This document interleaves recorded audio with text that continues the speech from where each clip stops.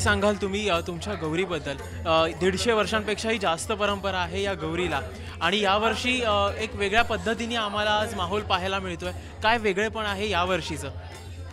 खरं गौरीचं तसं वेगळेपण नाही आहे, कारण ही परंपरा आहे. पारंपरिक दृष्टीने आपल्याला जे आम्ही करत आलो तितके वर्ष तसंच करावं लागतं. ह्याच्यात आपण आणखीन काहीतरी डान्स ॲड करा, आमका ॲड करा असं नाही करू शकत देवाच्या ह्याच्यामध्ये.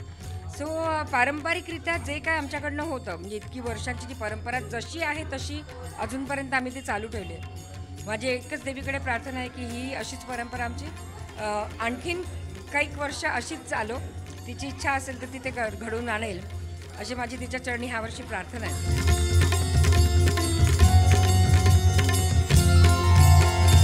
150 वर्षांपेक्षाही जास्त काळ जी तुमची गौर बसते, म्हणजे जवळपास 7 ते 8 पिढ्या तुमच्याकडे अविरतपणे जयकरांकडे गौरीचं पूजन होते. तर हे सगळं परंपरागत सगळं तुम्ही कशा पद्धतीने या सगळ्या गोष्टी सांभाळल्यात, म्हणजे कशा पद्धतीने तुम्हाला तुमच्याकडे आल्या या?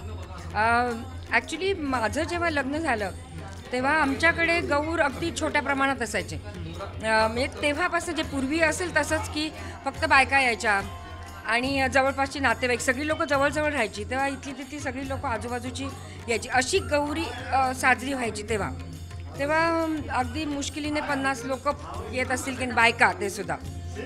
मग माझ्या नवऱ्याने, कारण ते वकील आहेत त्यामुळे विस्तार तेवढा वाढला गेला, तेवढं पसरलं गेलं. आणि मग हल्ली काय बायका आता दूर राहायला लागली, बायका एकट्या येणं त्यांना प्रॉब्लेम व्हायला लागला. मी म्हटलं नाही आमच्याकडे सगळेजण या. देवीचा आशीर्वाद घेण्यासाठी त्याला पुरुषच पाहिजेत, बायकाच नको, बायकाच पाहिजेत पुरुष नको असं काही नसतं नाही का. तेव्हा म्हटलं सगळेजण आहे, तेव्हा आम्ही आता सगळ्यांना ते आमंत्रण देतो.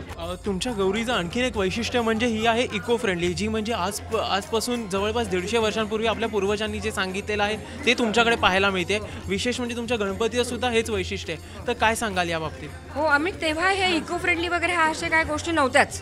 पण गणपती देखील आमचा तांदळाचा बनवला जातो चौरंगावर, आणि मग त्या तांदळाचं रात्रीच विसर्जन होतं, कारण मग रात्री मुंग्या बिंग्या येऊ शकतात. त्यामुळे ते तांदळाचं रात्रीच विसर्जन होतं.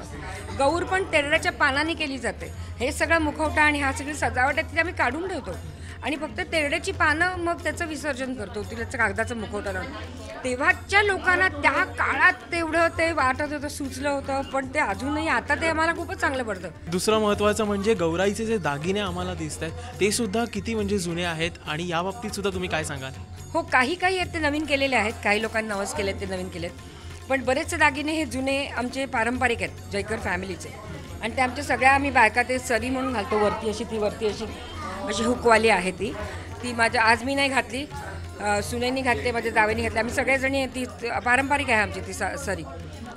तर तिचे दागिने ते पारंपरिकच आहेत. आणि मग तसे आता नवीन जसं लोक नवस करतात तसं मग त्याच्यात एडिशन होत जातं.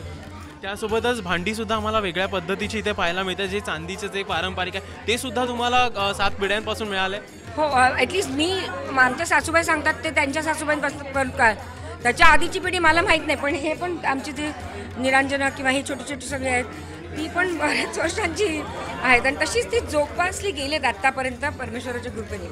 तर इच्छा आहे की तसंच राहावं वर्षानुवर्ष, अशी तिच्या चरणी प्रार्थना.